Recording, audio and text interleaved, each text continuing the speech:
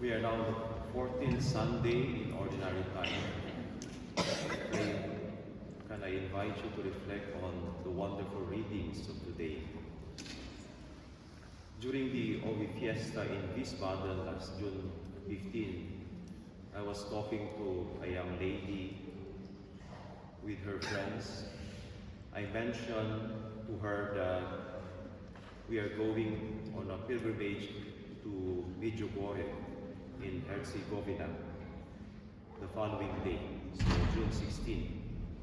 And she said to me, "Oh yes, I heard about it. Actually, my friend invited me. I wanted to join, but I am not a Christian. I know this young lady. It's not my first time talking to her. She is an atheist." I said to her, "It is not only the religious people who come to Medjugorje. There are also people of different faith, even agnostics and atheists." And then she just smiled at me and drank her ubi liquor. And I also drank my ubi liquor. Try that with your friends. Sa inuman, makipag-inuman kayo sa mga kaibigan ninyo, tapos pag-usapan niyo yung relihiyon at pananampalataya. Sa susunod, hindi na kayo kasama. But the question in my mind was, what is the reason for people like her to reject God? What is the reasons for this resistance of a person to have faith in God, to believe in the love of God? Ano ang humahadlang, pumipigil sa isang tao para bigyan ng puwang ang Diyos sa kanilang puso? This Sunday's readings present a comparison between two people. The Israelites during the time of Ezekiel in the first reading, and the people during the time of Jesus when he was preaching in the synagogue. Both Ezekiel and Jesus experienced this resistance, the rejection to their message, And the gospel ends with, "He was amazed with their lack of faith." I made a post in my Facebook page last May, and I posted, "There must be other reasons why some people choose not to believe in God. Not because there are no evidence that God is real. In my mind, there must be other reasons other than that." And there was one person who made a comment on my post, and she wrote, "Some people never had a chance to know God early in their life because either their parents are not religious or they are agnostics and atheists. Some actually had faith in God at the early age, but as they went on in their life, school, university, work, they get so busy that faith becomes irrelevant in their life. Some had a serious faith in God, but when they experience tragedies, they wonder why God allowed this to happen in their life. And so their faith in their heart is contradicted by the pain of suffering that they experience. Many actually lost their faith because of the bad examples of Christians.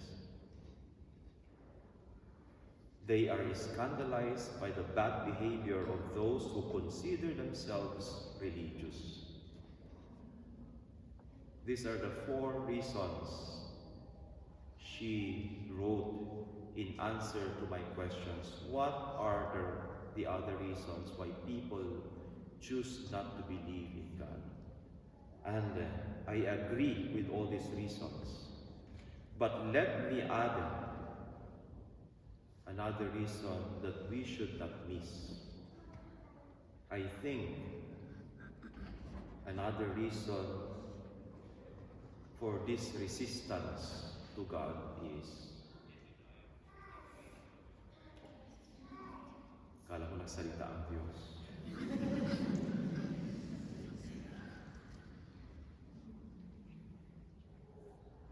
Another reason why a person rejects God is, I think, pride. Pride.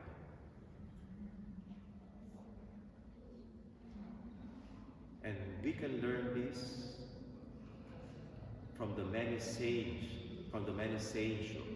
of the church. Saint John Chrysostom said,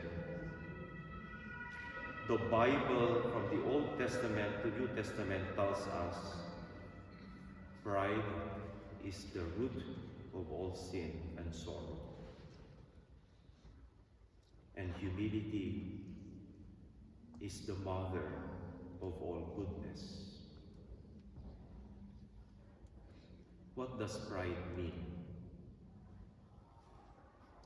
Pride is the desire to lift up and exalt ourselves beyond our place as God's creature,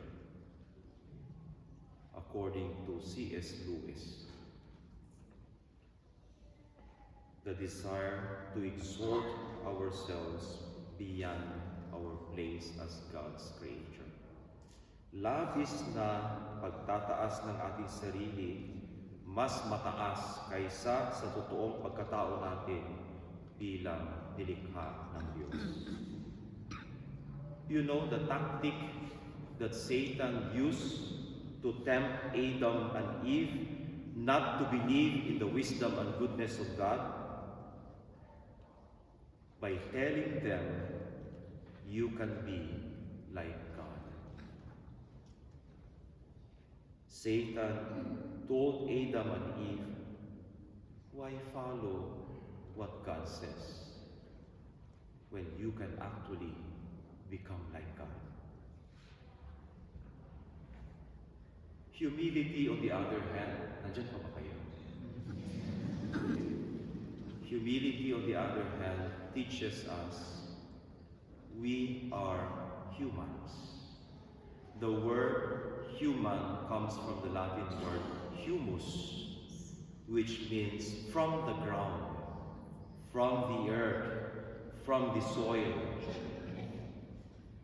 We are small, limited in our power and ability, and soon we will die. I hope not too soon.